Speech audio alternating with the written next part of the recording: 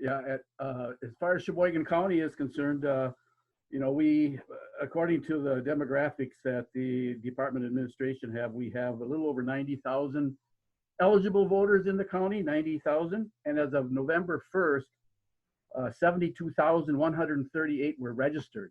And I'm sure that that number is higher with people that registered on the 3rd. They voted, new people that voted. So we're down to about, less than, I think, 18,000 people in the county that are not registered. When we were working with numbers like 24, 25,000 for the last couple of years that weren't registered. So I think that's great. Yeah, that is a nice improvement. Okay. Well, I guess on that note, I'm going to get the slides up here, and I'll try to watch the waiting room at the same time. As I said, I'm hoping I don't exclude anybody by accident here.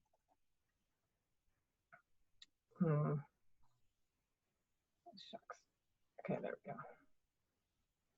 So hopefully you can all see this. This is our November 2020 meeting agenda. So thank you all for coming.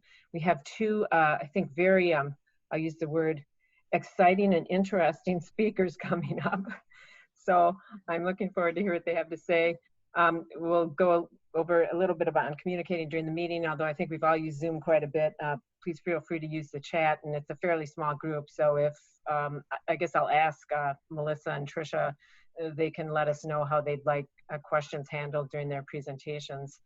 I have a little bit of a member update. We've got a short treasurer's report and summary, and then our speakers, Melissa on the People's Maps Commission, and then Trisha on resilience, coping and building community. So we'll get on to communication. There is a chat function. You can use that. Otherwise, keep yourself muted or at least background sound down, of course. And you can also text me if that works better for you at my phone number is 920-627-6641. And I do have my phone sitting here, and it's only on vibrate. So if it does go off, it shouldn't be a problem. Then just a little bit of an update here on our membership. We're up to 102 or thereabouts. I think we've got 21 new members. So I think that's really exciting. And there's just been so much interest lately. It's really impressive. And I think it's very gratifying and it's motivating. I want to thank everybody who helped so much with the voter registration and turnout. And we were just talking about that. And the 92% turnout is impressive, I think, for a country where we've had elections with 50 and 60%, and I think at times even less in some elections, of course. Kristen and the others with the Voter Access Committee are now organizing volunteers to observe voting equipment audit. And I guess we learned today that there will be a recount, but I believe only in Dane County and Milwaukee counties and some others around there. So it doesn't sound like we will have a recount here in Sheboygan County.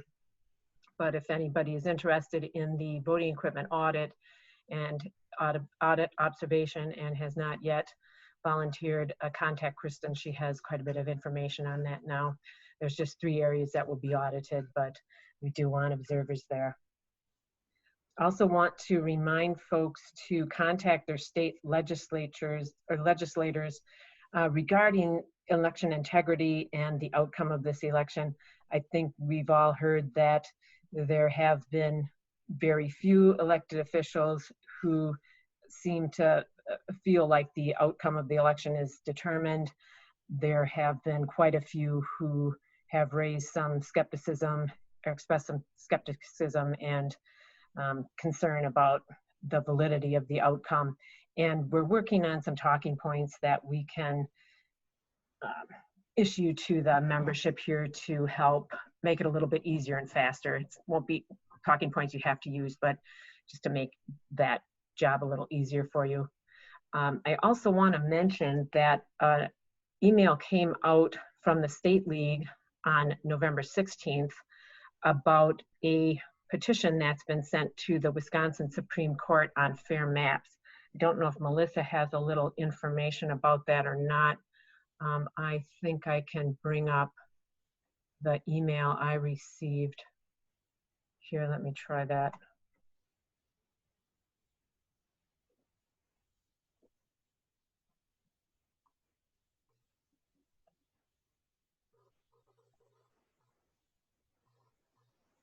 So this is a copy of the email. Everybody should have received it, but it came out November 16th.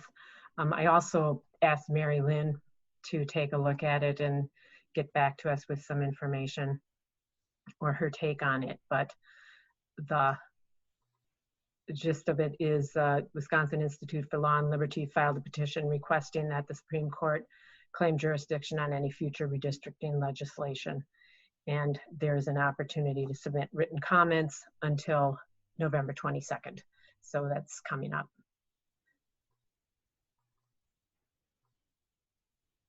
So, okay, back to this. Then I'd also like to encourage people, especially newer members, to reach out to us, the leadership. If you can send an email to the general mailbox if you'd like to volunteer and if you haven't been contacted. We're trying to keep up with the membership roster and reach out to members rather than expecting them to come to us, but sometimes it just doesn't quite get done the way we'd like.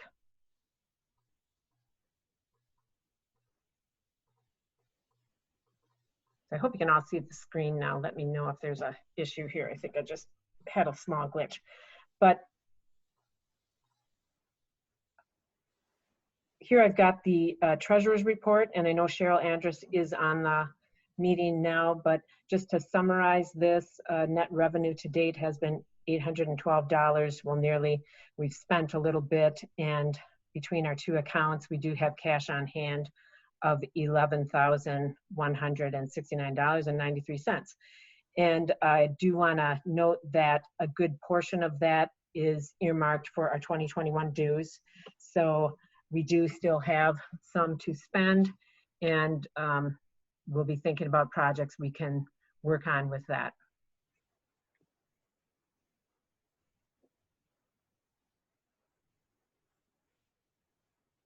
So I guess next up, I'd like to introduce Melissa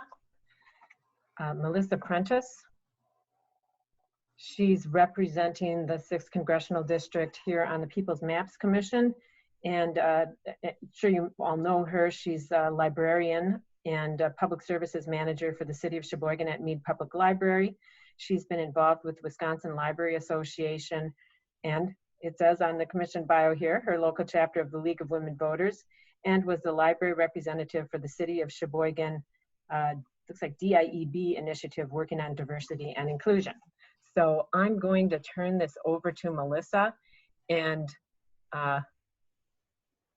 looking for her here to make sure she's able to talk. Yes, thank you, Jane. Can everyone hear me? Yes. Great, Yeah. Thank you. So thanks again for having me here tonight, and good evening, fellow Leaguers. I'm excited to be here to speak to you about the work of the People's Map Commission. The work of the commission really is just beginning at this point, so my focus tonight will be to provide a bit of background info on the hows and whys of the commission being formed, the process and timeline for our work, and ways that you, as the citizens of Wisconsin, can and should participate in the process. So as you all know, every 10 years following the census, district maps for congressional, state senate, and state assembly seats are redrawn based on the population distribution or apportionment of the census. The apportionment of people throughout the state, of course, also determines how resources are prioritized for roads and bridges, schools, and healthcare systems. So one of many reasons why it's important to complete the census every decade. Currently, Wisconsin has 8 congressional districts, 33 seats in the state senate, and 99 members of the state assembly. Each of these elected officials should answer to the voters in their districts. However, when districts are gerrymandered in favor of one party, or are designated to, or designed, I should say, to exclude people based on race or socioeconomic class for the purpose of political advantage. The most fundamental tenet of our democracy, and that is one person, one vote, is jeopardized. Elected officials feel secure in continuous incumbency and often run unopposed and then proceed to ignore their constituents. So this has a direct impact on voter apathy, on the continued polarization that we see in politics, as well as legislative inaction on issues that actually have broad bipartisan support in the state. For example, 80% of Wisconsin voters support medical marijuana legalization, 80% support universal background checks for firearms, 70% support expanding Medicaid, and over 70% support fair maps. Our elected officials can ignore those numbers without consequence, in large part because we have some of the most gerrymandered districts in the nation here in Wisconsin. So earlier this year, as part of the State of the State address, Governor Evers announced he would create the People's Maps Commission in order to give the people of Wisconsin the opportunity to provide direct input, discourage that partisan bias, and increase transparency in the entire redistricting process. I'm sure many of you will recall that 10 years ago, the last time this was done, it was handled very much in secret behind closed doors. So the application process for the commission began this summer, and by September, the members have been selected. And the commission consists of 9 voting members representing Wisconsin's 8 congressional districts. District 4 has 2 commissioners. So I'll go ahead and kind of give you an overview of the process so far, and then kind of share with you what comes next and how you can get involved.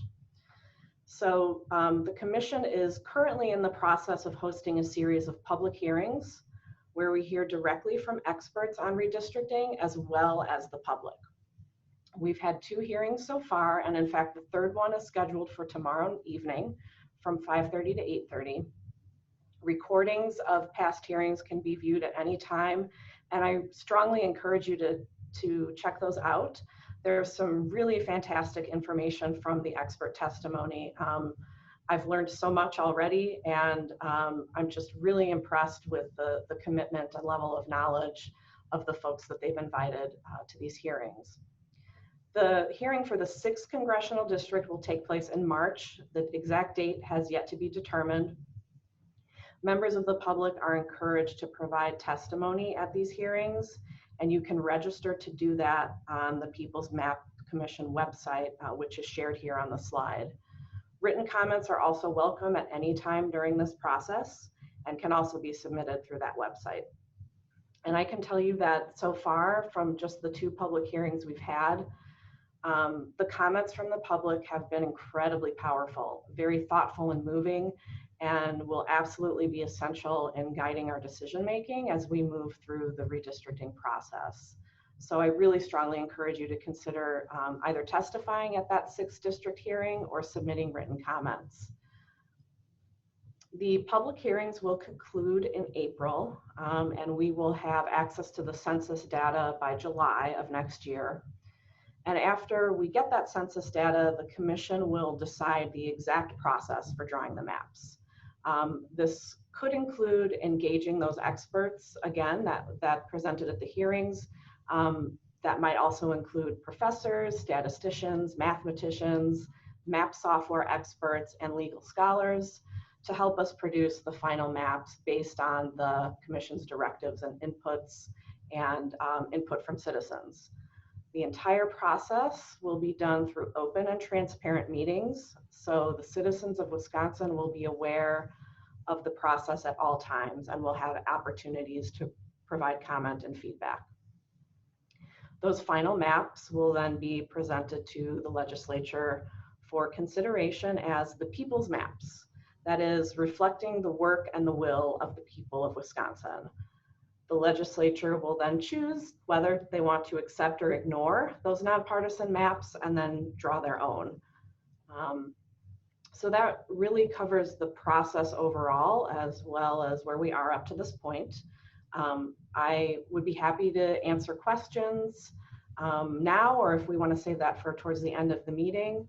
And you can also feel free to reach out to me using the contact information on this slide.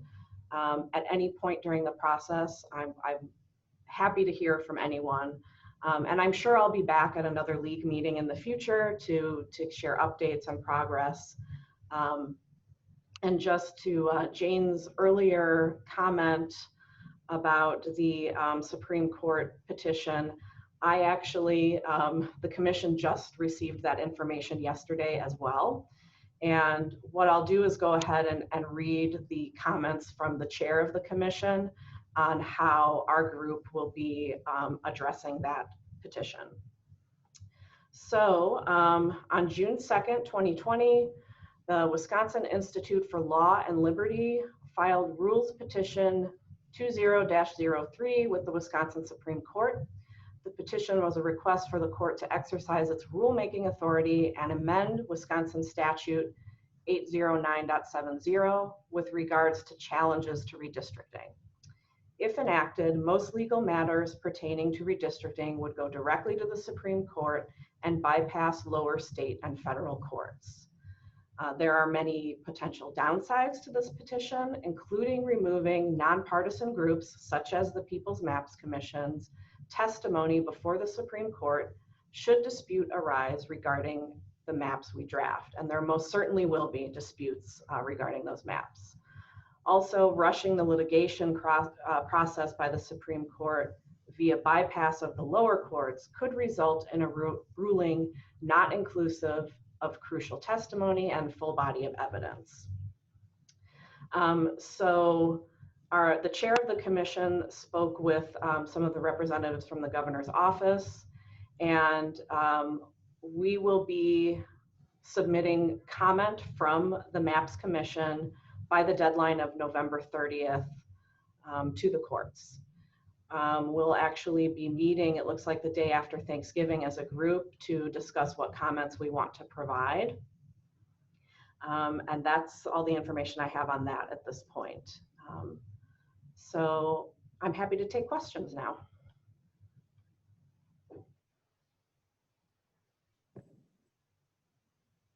Oh, Liz, do you have a question? Second. Muting again. So what is your thought with regard to, because it has to go through the legislature, and since a certain majority of the legislature are the ones who drew the maps in the first place, what's your feeling that they'll even go with your recommendations? We are assuming that they won't. That's really how we're approaching our work, is that it will be challenged by the legislature. What we hope is that even if our recommendations are not accepted as is, that some portion of them is, and that at some point the legislature will look at the work that we have done and incorporate it. So whether they choose to undergo their own partisan redistricting or not, we hope that they at least consider all of the work that we do, because we're being very thorough about it. We're consulting experts. It's very much a nonpartisan group. I can tell you that the commission members come from all walks of life, different professions, obviously areas of the state, but also different political ideologies and beliefs. Our personal politics are widely different within the MAPS Commission, but we're all very much committed to fair maps. So we hope that that is considered by the legislature as well. And then what can we do as leagues and stuff to lobby for? I mean, to make sure that, you know, they don't just roll over it. Right, I guess, great right? question. That's where that public testimony is so very important. What we've heard so far is really exactly the kind of thing you're talking about. I mean, people are incredibly frustrated and demoralized by the state of politics in Wisconsin, and the fact that they can't even communicate with their elected officials in a productive way. They're dismissed and ignored. And there's no accountability there when you can either run completely unopposed in an election, or your district is so gerrymandered that there's really no chance of anyone competing with you. So I think what we really need to do as citizens is drive home the point that this is, I want to say it's 78% of voters support fair maps. That is absolutely a bipartisan number. So it's in the best interest of everyone to take these recommendations seriously. Okay, well, thank you. And thank you for participating in it. Really appreciate it. Thank you. There's a question here from Maeve. Can I read this, Maeve? Is there any concern that 2020 census was stopped before it was done with its work? Do we have a clear sense of our population in Wisconsin? That's a great question. There are concerns about that. Unfortunately, at this point, we don't have the information. So it's hard to say how accurate it's going to be, but that was definitely a huge point of conversation within the commission, that not just that it was cut short, but that the deadline changed so many times, was incredibly confusing to people. And I have no doubt that that had an impact on the response rate. But I'm hoping that we still get good information out of that that can help steer our work. Okay. And John Binder has a question too. I'll let John unmute himself. Yeah, just the the point that you made about talking to our legislators and to the public as far as the importance of what happens with forming new districts. We have a good opportunity here to chew on the ear of two legislators that are from our district. Senator Lemahue is going to be taking over Fitzgerald's position in the Senate next year, at the start of next year.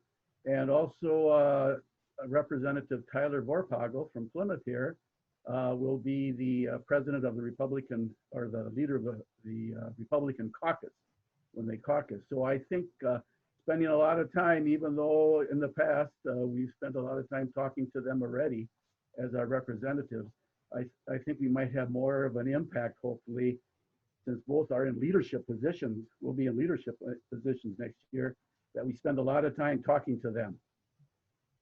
Excellent point. Thank you. Good point. Okay. Well, I don't see anything else in the chat here. I don't see anyone waving at me. So thank you, Melissa. And we'll go on to Trisha then. Thank you. Yes, we will. First, I'll say quickly, we will have Melissa back. So probably closer to March again. Okay, so I guess moving along, I think some of what we heard Melissa say, especially when she said she didn't think the legislature would consider their work. And that's one reason we thought it would be good to have a speaker from Mental Health America, especially after this last election season, to talk with us about mental health and resilience. And that's Trisha Erpelding. And I have a short bio here about Trisha. She's had a passion for working with children and youth for as long as she can remember. And she then pursued bachelor's and master's degrees in social work at UW-Whitewater. She received her master's degree in 2016. She is the education program coordinator at Mental Health America in Sheboygan County. And that's allowed her to pursue her dreams of working with youth by educating students here about a variety of mental health topics, including awareness, prevention, and stigma elimination.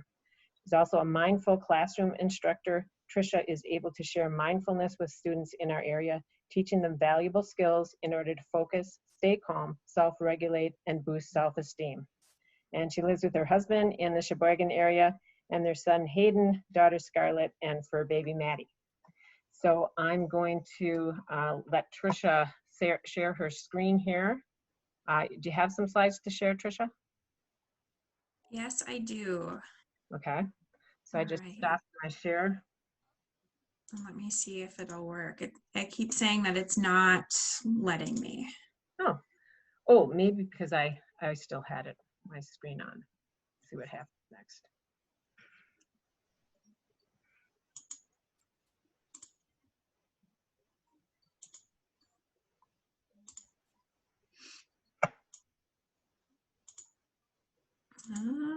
Nope, still not. If you've got something you can email to me, I can try to bring it up. It's up to you. Sure. You may need to make her a co-host to Oh. share her screen. Okay. Yep. Sorry. Is there a way to do that? I think In you the- go to her, In the participants. Ah. yep. Okay, got it. Make host. All right. All right. There we go. Okay. So you guys should all be seeing a little slideshow here. Resilience and self-care. All right. Thank you. So as Jane introduced me, my name is Trisha, and I am the Director of Education and Advocacy at Mental Health America. As I go through and present these slides today, I really, I want this to be, I guess, more of a discussion. Because you know, being resilient and having self-care is such a personal thing. So if there's something that you feel like I'm a little bit you know, off base, or if there's something where you're like, oh my gosh, this reminds me of a, you know, something that I do myself, absolutely, you know, jump in and ask any questions, throw out any comments that you have. I'm totally okay with people just unmuting themselves and sharing. I think we have a small enough group that that would be okay.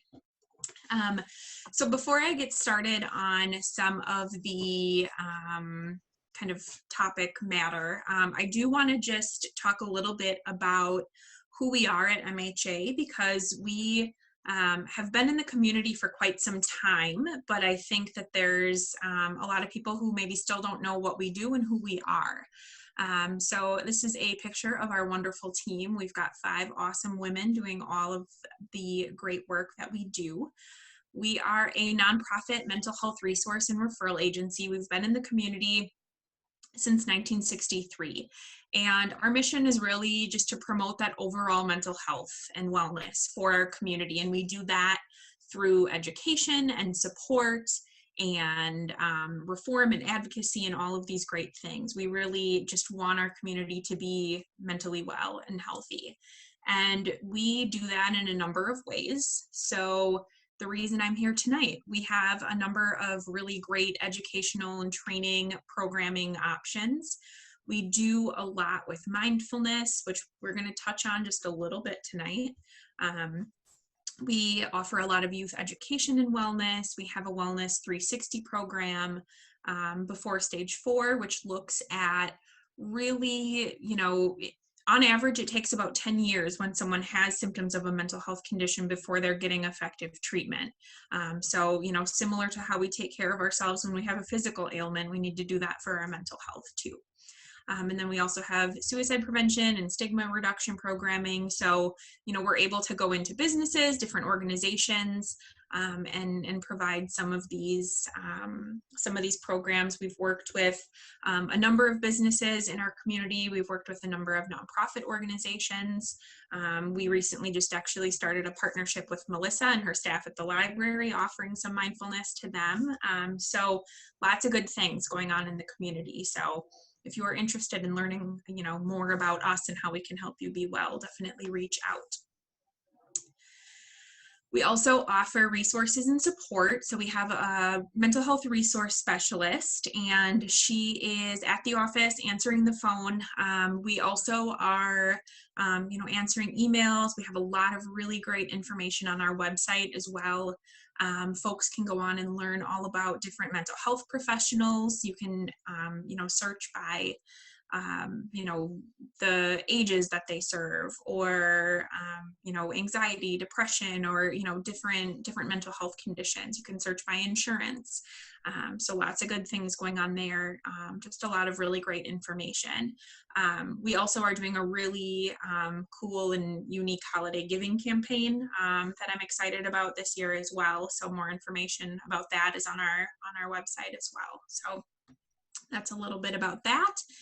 And then something that this group might be particularly interested in is our advocacy efforts. And we really believe in the power of using our voices to create change and to support mental wellness and, you know, public policy and policy reform as it pertains to mental health and wellness across the lifespan. We really want people, you know, at a local level, state level, federal level to be healthy. We do have an MHA ambassador program. So folks who want to share their own stories about, you know, mental illness, recovery, whatever it might be, are welcome to partner with us and just kind of be that voice in the community, in their workplaces, and different organizations that they're a part of, to just, you know, help us in our mission of promoting mental wellness. So any questions at all about who we are or what we do? All right. So let's get started with why we are here tonight. What are we feeling? What is going on? There was a recent survey that was done by Columbia University and the World Health Organization, and they found that 96% of US adults reported that the pandemic has impacted their overall stress. And I was joking when I found this statistic that they must not have asked the other 4% of adults in the United States, because I'm not sure of if there's anyone out there who hasn't been impacted in some way by everything that's going on. And then looking at the number of adults who are saying that this is, you know, above and beyond stress, but really having an impact on mental health, is 53% of adults in the United States. So half of us right now are struggling with our mental health because of the pandemic. We also know that for those of us who are working remotely, that about 70% of us are feeling a little bit burned out working from home. We've got more stress, more isolation, a lot more distractions, little less productivity, the anxiety, the depression, those things are all increasing. So, you know, we're all, you know, experiencing a lot of these things. Then looking at the other big story from 2020, the election. About 68% of US adults said that the presidential election was a significant source of stress in their life. And especially when you look at communities of color, different marginalized groups in our society, those numbers went up even more. So we know that the election, the current events, the things that are happening in our communities and in our country are really having an impact on how we're feeling, having an impact on our mental health. So Jane reached out to me and really, you know, wanted to provide a little bit of conversation around, you know, how can we be resilient, and what can we do in order to maybe, you know, be a little bit more proactive and really help ourselves to, you know, buffer ourselves from some of the things that are happening. And I found this modern definition of resilience. So we typically talk about resilience being, you know, we're still able to persevere and do the things that we need to do despite the adversity that we face. And I found this really great kind of new definition where we talk about, you know, working towards the visions and the goals that we have and being proactive, that we don't want to wait for adversity before we start to, you know, work on our resilience and our coping. And we, you know, want to make sure that we're taking care of ourselves so that when adverse situations do happen and when stressful things are going on around us, that we're still able to kind of, you know, meet those challenges and still do the things that we want to do and be the good people that we want to be. So talking about resilience, we know that in uncertain times that we need to build and nourish our resilience for the long haul. We know that, in some situations it may be just kind of a short time frame of stress and uncertainty. However, right now, given the pandemic, the political world we're finding ourselves in, we're not really sprinting through resilience. We're running a marathon, and we want to make sure that we are doing things to take care of ourselves.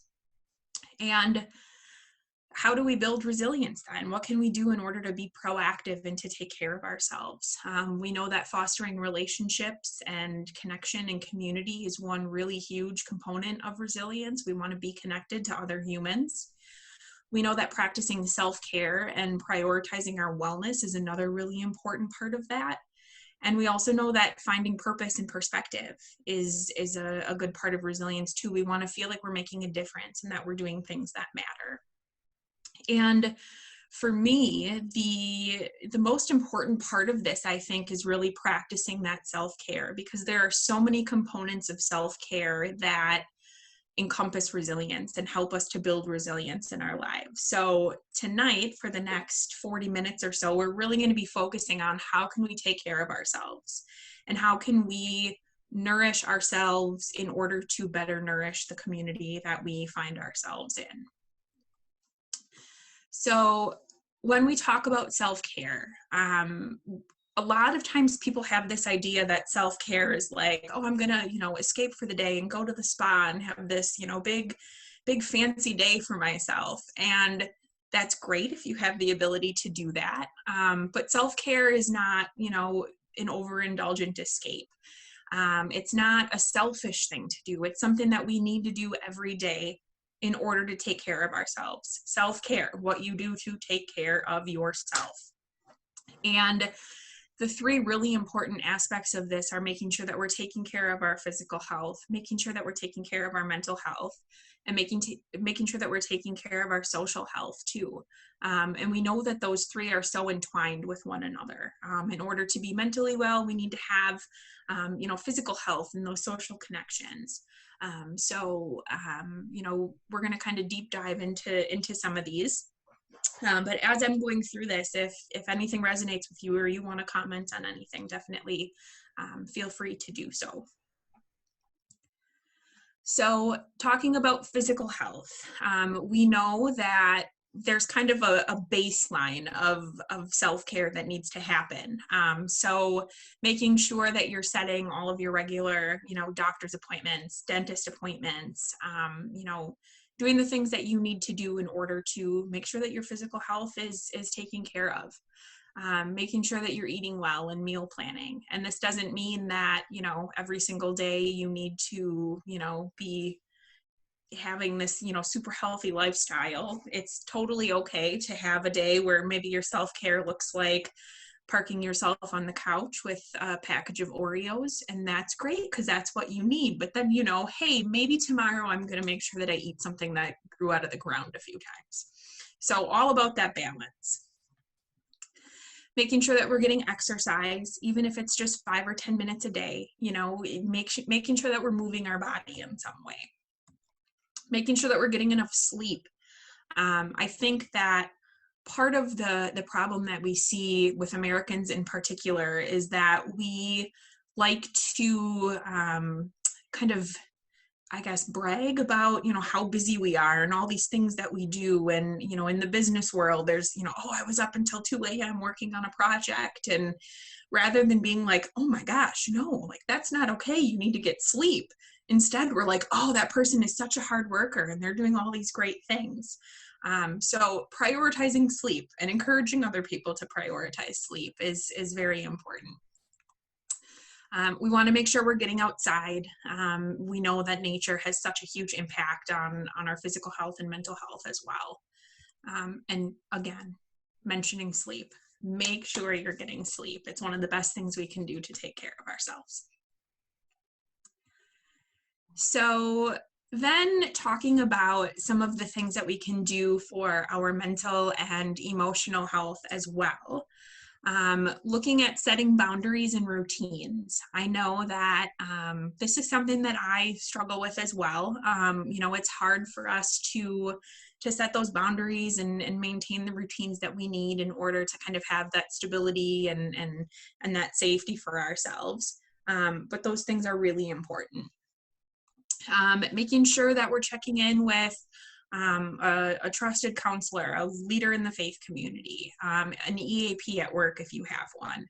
I always like to use the analogy that it's similar to getting an oil change for your car. You know that every 3,000 miles or maybe a couple thousand more than that, if you're like me, you need to take your car in and make sure that, you know, the engine's running smoothly, everything looks good. And we have to do the same thing with our minds as well. You know, go to therapy, you know, check in with your EAP, check in with, you know, a trusted friend, a trusted counselor, somebody who you can just kind of talk out some of the stress and some of the things that might be going on. Call MHA, that's what we're here for. Making sure that you're doing all those things to support your physical health is really important as well.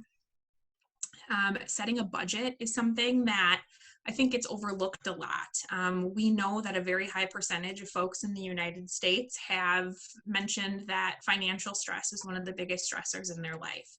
And this has definitely become an even bigger issue with the pandemic and uncertainty surrounding employment and the economy. So making sure that you're setting a budget can help to reduce a lot of the stress surrounding finances. Practicing mindfulness is another really important component of mental and emotional health. We'll dig into this a little bit deeper, but we really believe in mindfulness as a way to take care of our minds and bodies at MHA. And also sleep. One last time, just trying to drive that point home a little bit. So looking at boundaries and routines, we know that boundaries are even more blurred in the current times that we're going through. We know that there are a lot of things that are kind of out of our control right now. So, you know, looking at what your routine looks like each day. Are you, you know, setting goals for yourself? Are you, you know, setting up time to take care of yourself each day? Are you doing the things that you need to do? And when we're able to kind of plan what we can and let go of the things that we can't control, we're going to be a lot happier. So, you know, the acceptance piece of this is really just, you know, there are a lot of things that we can't control right now. But there are a lot of things that we can. So making sure that we are, you know, maintaining those healthy boundaries, that we are maintaining healthy routines for ourselves in order to be as healthy and happy as possible.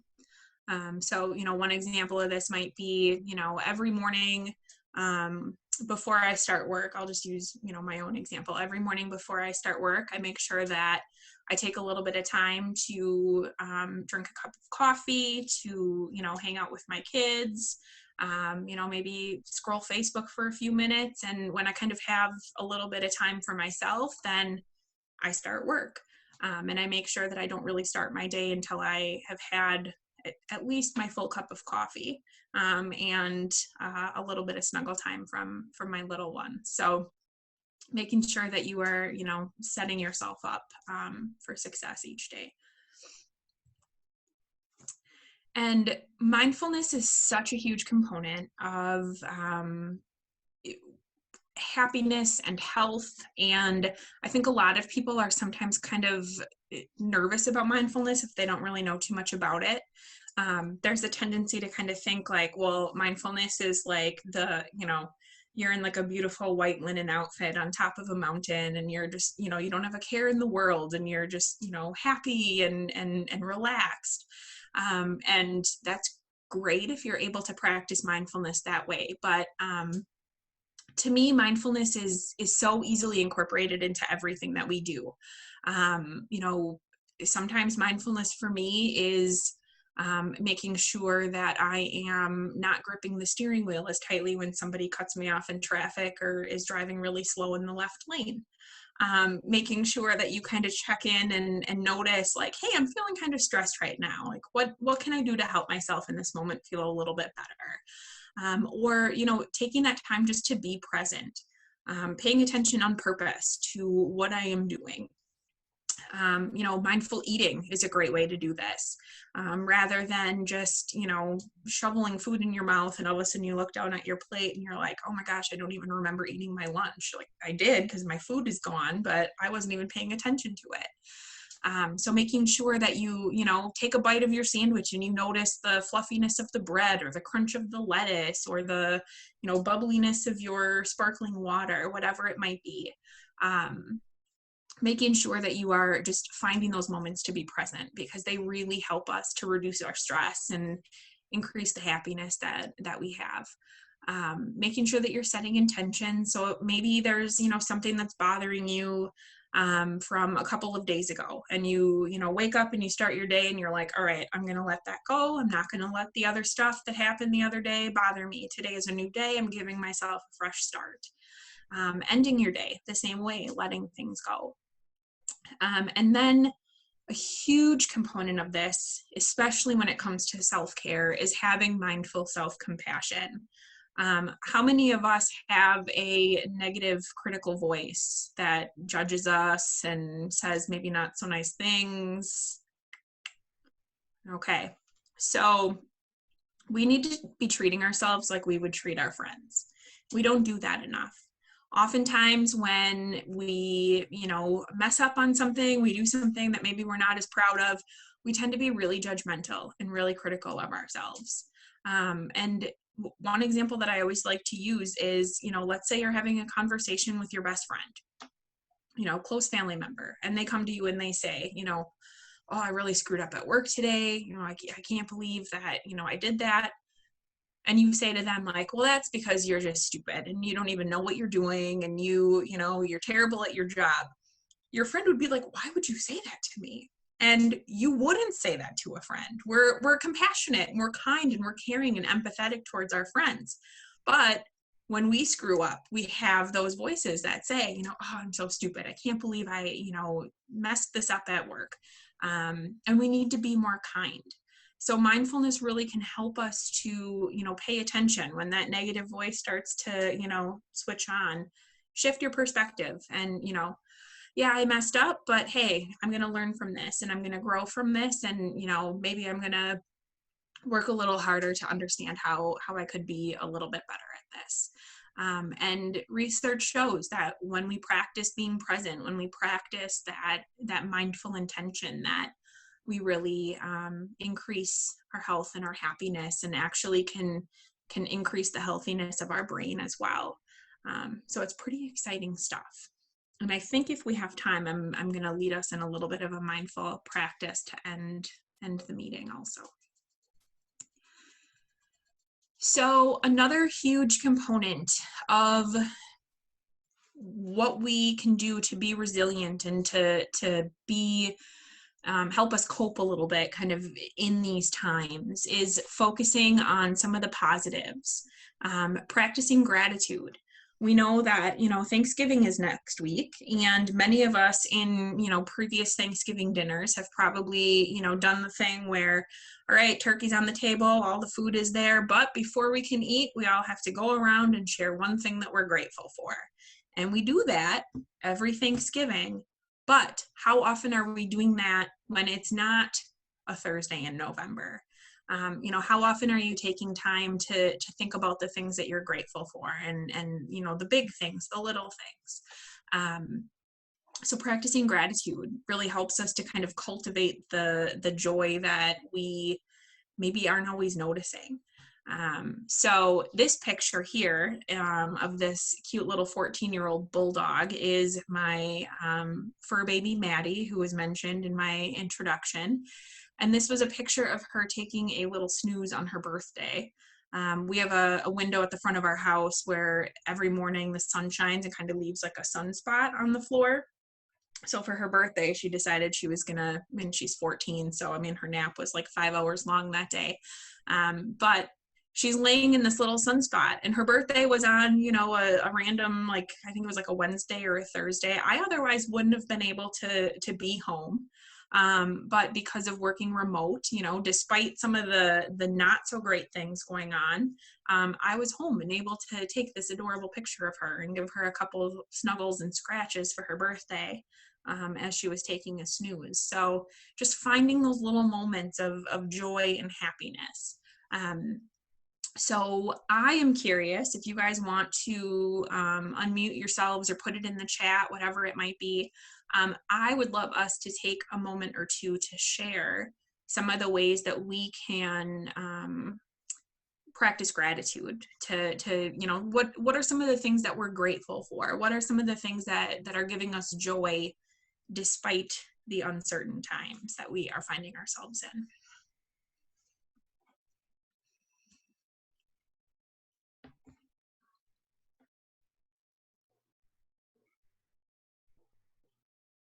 Someone's got to have something.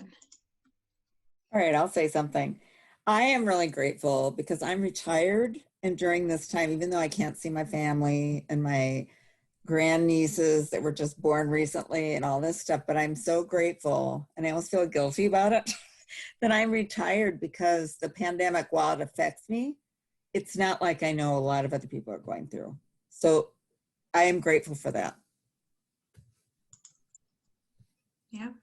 I would have to agree. I'm retired. My husband's retired, and we're not having to work at home remotely with little children, and that's a lot.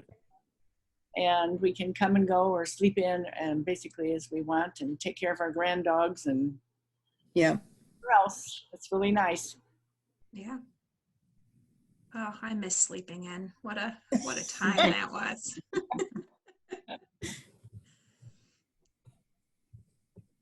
All right. Anything else?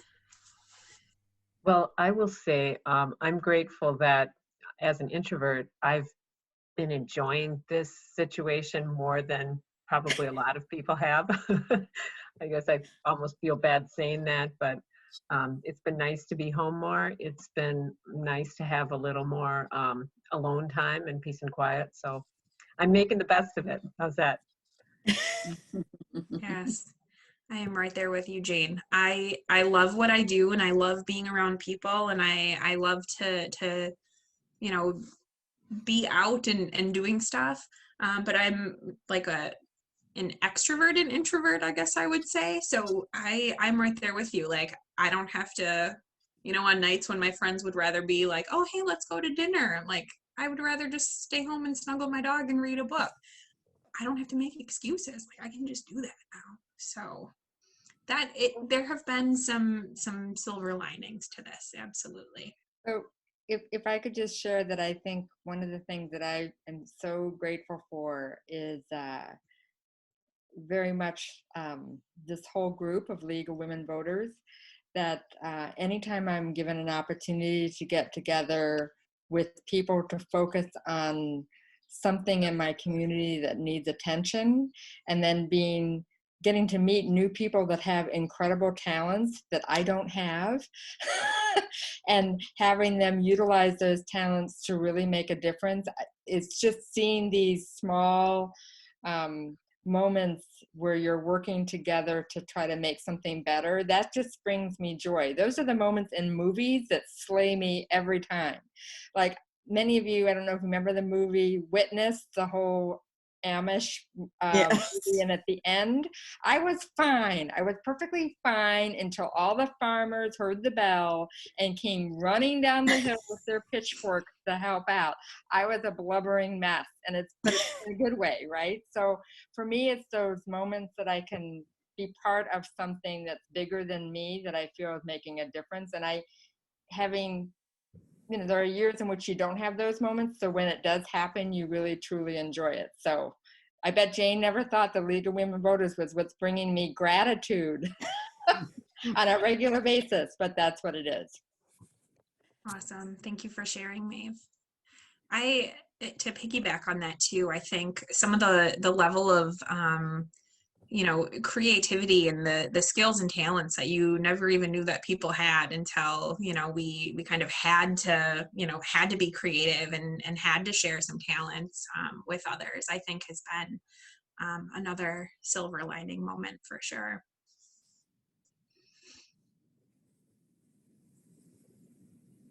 Anyone else? I have one I'd like to share.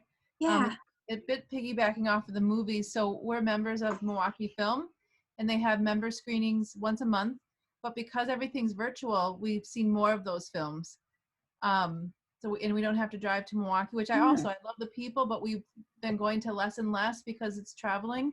And we used to live in Milwaukee, but now we're here in Sheboygan. And it just has been really nice to see those virtually and see those more often. And especially they just had the Milwaukee Film Festival, and there's so many fabulous films. So I'm grateful that they're virtual. I'm also grateful for them and that all the neat films that I get to see. Yeah, absolutely. Thank you, Heather.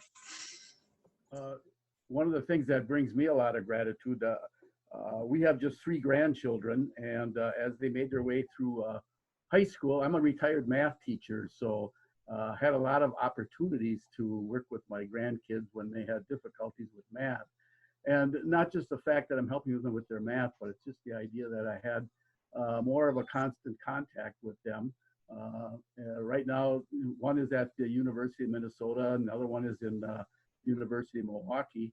And the youngest is a freshman in high school who's having problems with geometry. So I get to meet with him virtually a lot, talk about geometry, but of course, he's my grandchild, so we talk about a lot of other things too.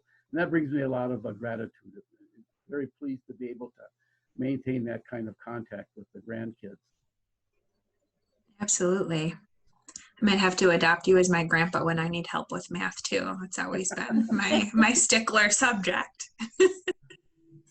I have one. So I am grateful for pickleball. We just picked up pickleball as a family, and I have a freshman and a 7th grade, 2 sons. And we've been going after school, after they've been doing their virtual studies, we go and hit that pickleball, and it's very gratifying, and I'm very thankful because right now that's almost all we have in our life. So pickleball. Awesome. So great.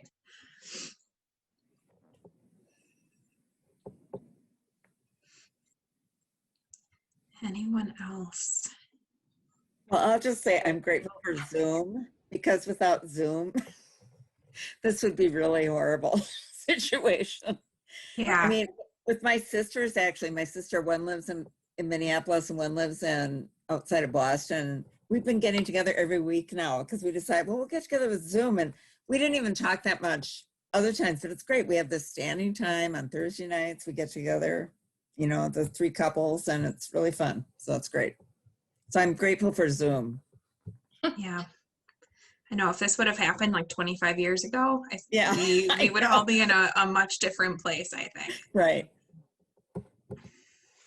Yeah, I agree with that. I was thinking that same thing, Liz, that how fortunate we are that we have the technology that we have now to do the things that we can do and still be connected.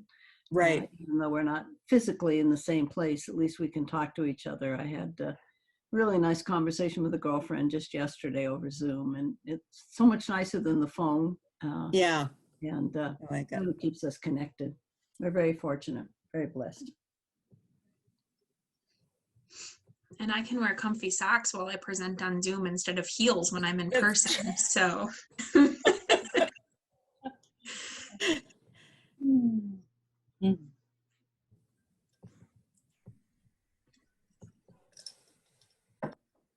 Well, I'll jump in and say that I've been grateful for living in a place like Sheboygan, where I am a very, very short drive away from being in the middle of nowhere. And being able to take long hikes in nature has, especially early on in the pandemic in the spring, when I was working from home, which is not something that I'm well suited for. It was just so welcome to be able to get outside and turn everything else off. And I'm still doing that. I might even take up snowshoeing so I don't have to give it up this winter. It's fun. You'd like it. Awesome. Thank you for sharing, Melissa.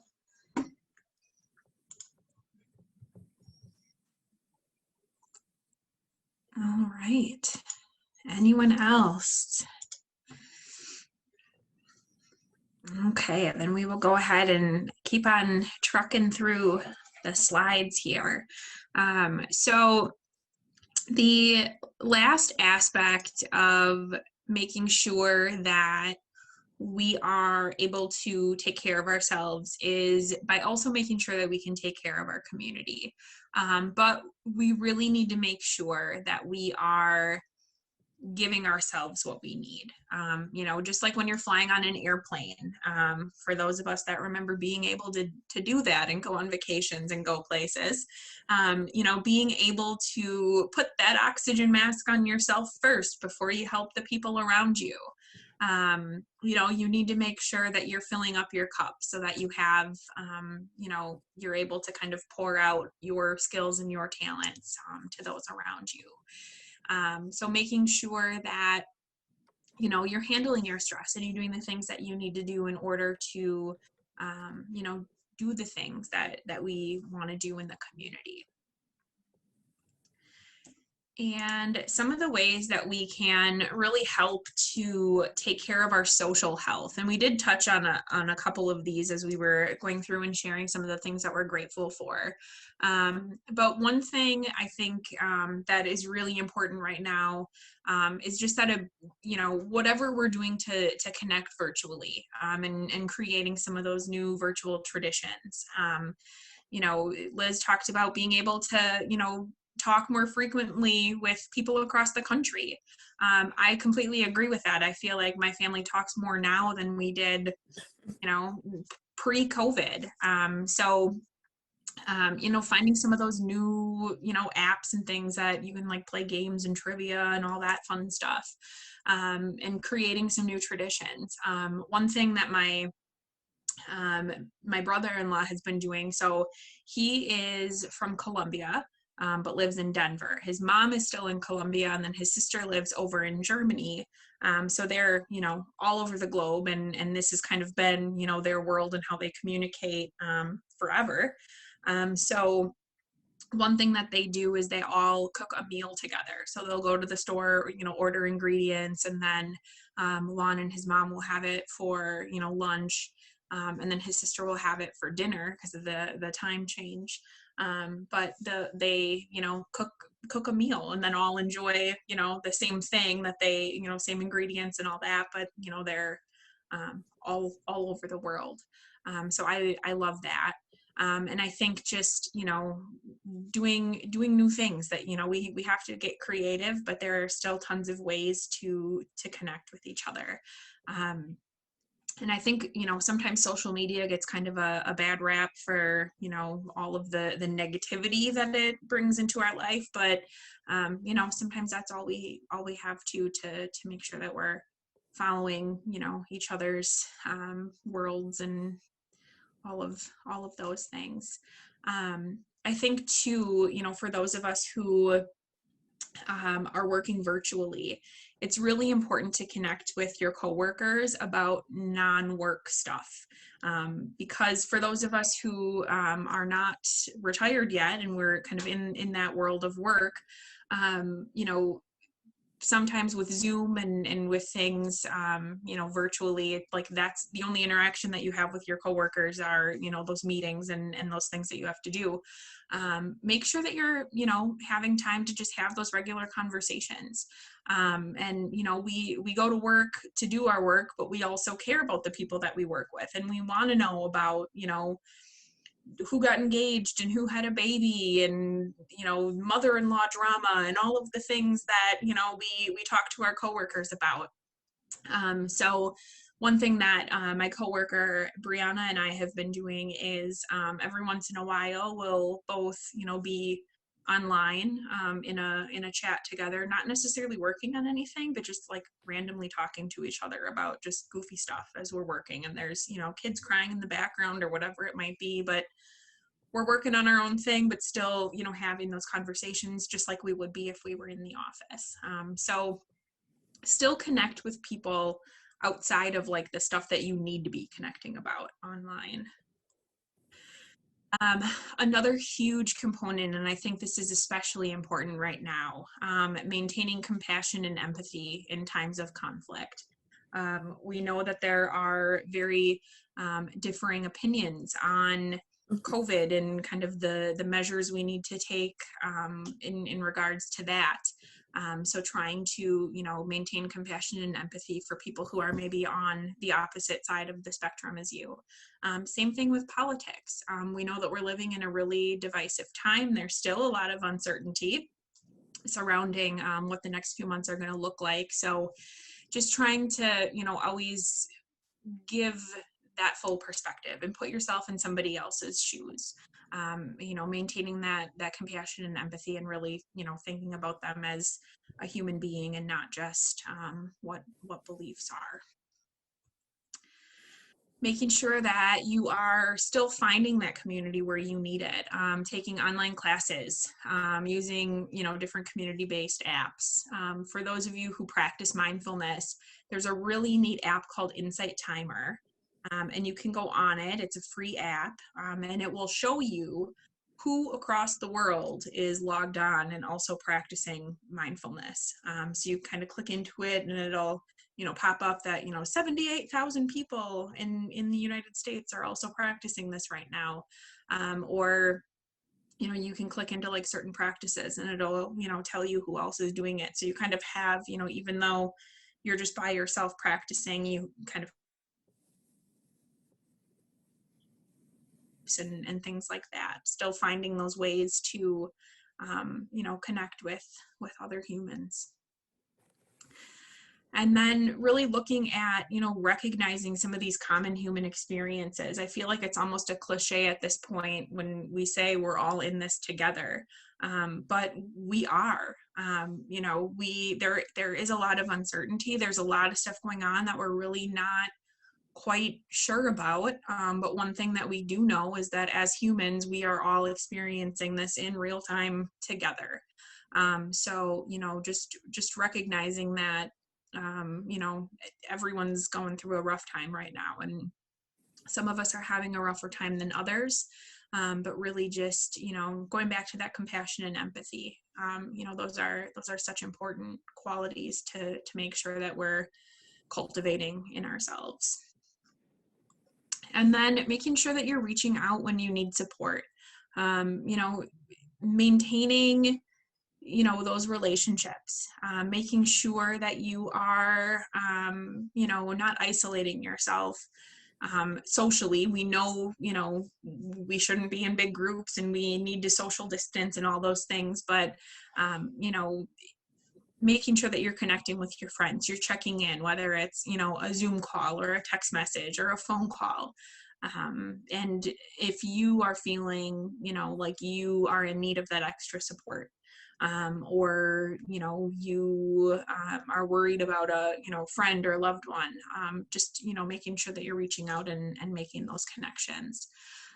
You know, figuring out like what, you know, maybe you're not in need of support, but you know that there are, you know, other people, other organizations that need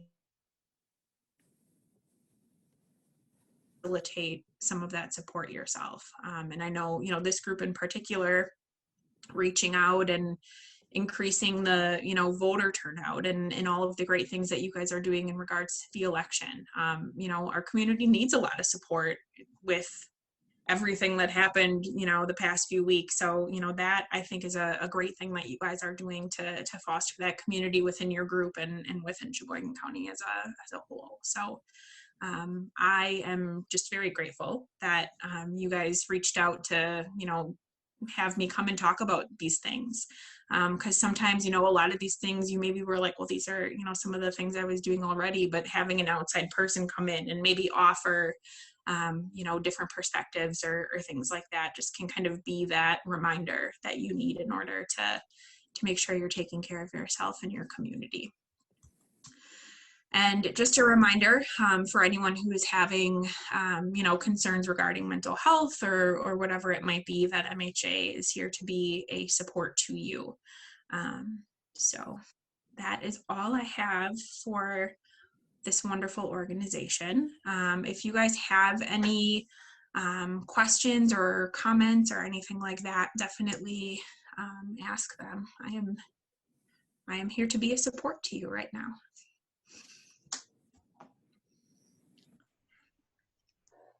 I have a comment about what you initially talked about as far as the mission of your organization. Yeah. You know, one of the things you mentioned is to be an advocate at the government level as far as our government investing in mental health resources for citizens. And one of the things that's happening right now, our governor and lieutenant governor are holding what they call people's budget listening sessions.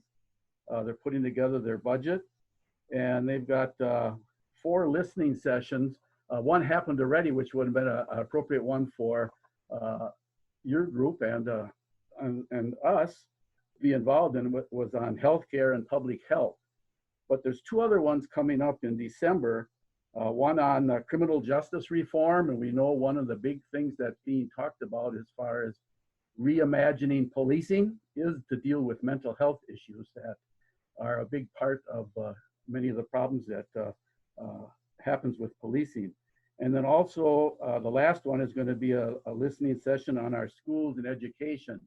And that's such an important resource that we have to have for our kids in school, is mental health help.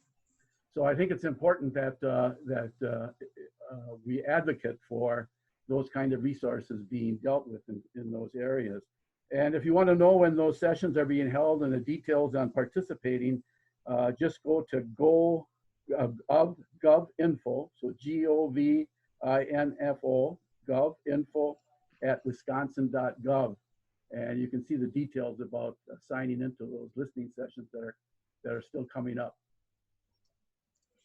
Thank you for sharing that, John. Yeah, we've participated in a couple of those.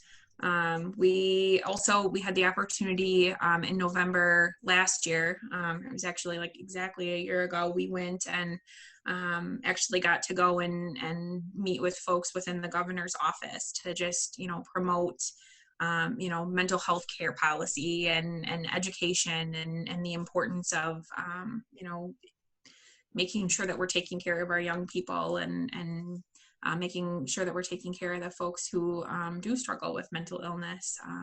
So yes, thank you for throwing that out there. Those are definitely things that we are involved in doing.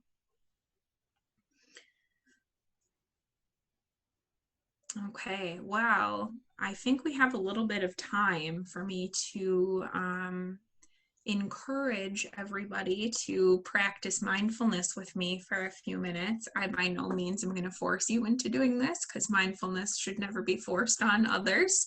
But hopefully you will find the value in maybe taking just a few moments to reduce a little bit of your stress. So I'm going to ask everybody if they would like to join me in just a few moments of you know, some kind of guided relaxation and a really short little mindfulness meditation to help us reduce some of our stress. So what we're going to do, I'm going to ask you to get into what we call a mindful position. So making sure that your feet are flat on the floor, your back is long and strong, not, you know, super stick straight where you're uncomfortable, but that you are sitting in a way where you're relaxed but alert. Making sure that your hands are in your lap or, you know, just kind of resting without any distractions. And if you feel comfortable doing so, closing your eyes or otherwise looking down at an area that is not distracting to you. And just notice for a few seconds how it feels to sit in this position. It might feel a little bit different than how we typically sit. And just noticing our posture, the ability to maybe take a little bit deeper of a breath.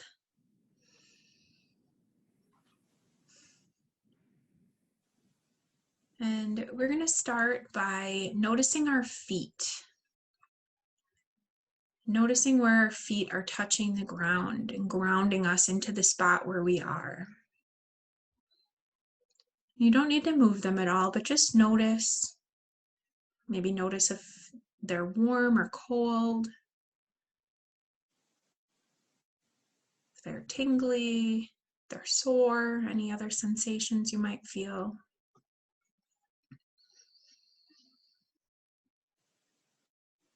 Then shifting that attention up to your legs, noticing the bend in your knees. And then noticing where your body is resting in your chair, on your couch, wherever you happen to be. And just notice the sensation of your weight in the chair, wherever you're seated.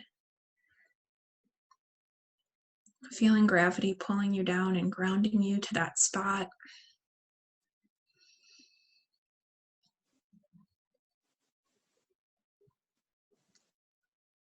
And then take a moment to notice your shoulders and your arms. And notice if you're holding any tension in your shoulders. It's a common spot for us to hold that stress and tension. And if you notice that your body is a little bit tense, you can just simply wiggle your shoulders a little bit. Take a nice deep breath in. Let your shoulders drop. Then bring that attention to your face. Noticing if you're holding any tension, if you're squeezing your eyes too tightly, clenching your jaw. Allow your face to relax.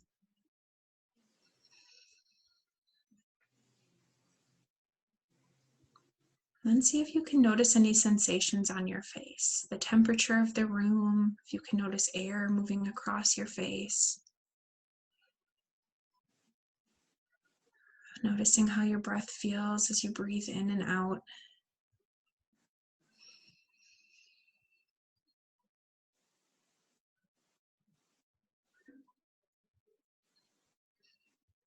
And then finally bringing your attention to your chest and your heart. And if you would like to, putting a hand up on your chest, putting a little bit of pressure there, giving yourself a little bit of comfort. And just notice how your body feels as you breathe. Noticing your chest rising and falling as you breathe, perhaps even noticing your own heartbeat.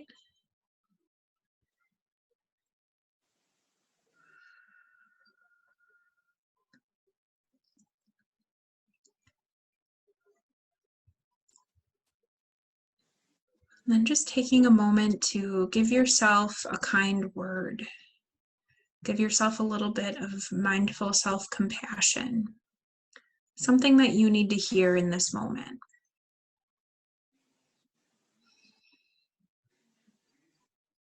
It could be that you're doing a great job, that you are resilient, that you are coping well with adversity.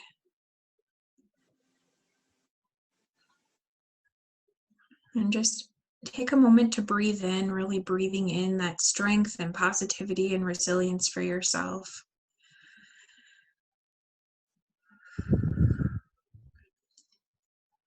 And then take a moment to share a kind thought for somebody else.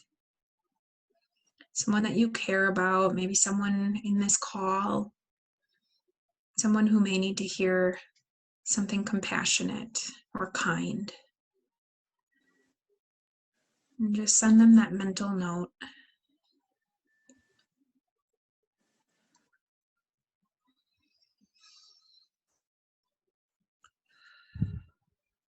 And take one last deep breath, really noticing your breath in your body. And as you breathe out, slowly coming back to the space, coming back to the room, Coming back to the Zoom call. Just noticing how you feel. Hopefully you feel a little less stressed. A little more relaxed. Hopefully I didn't put anybody to sleep. All right. Any other questions? Any comments? Thank you very much. It was great.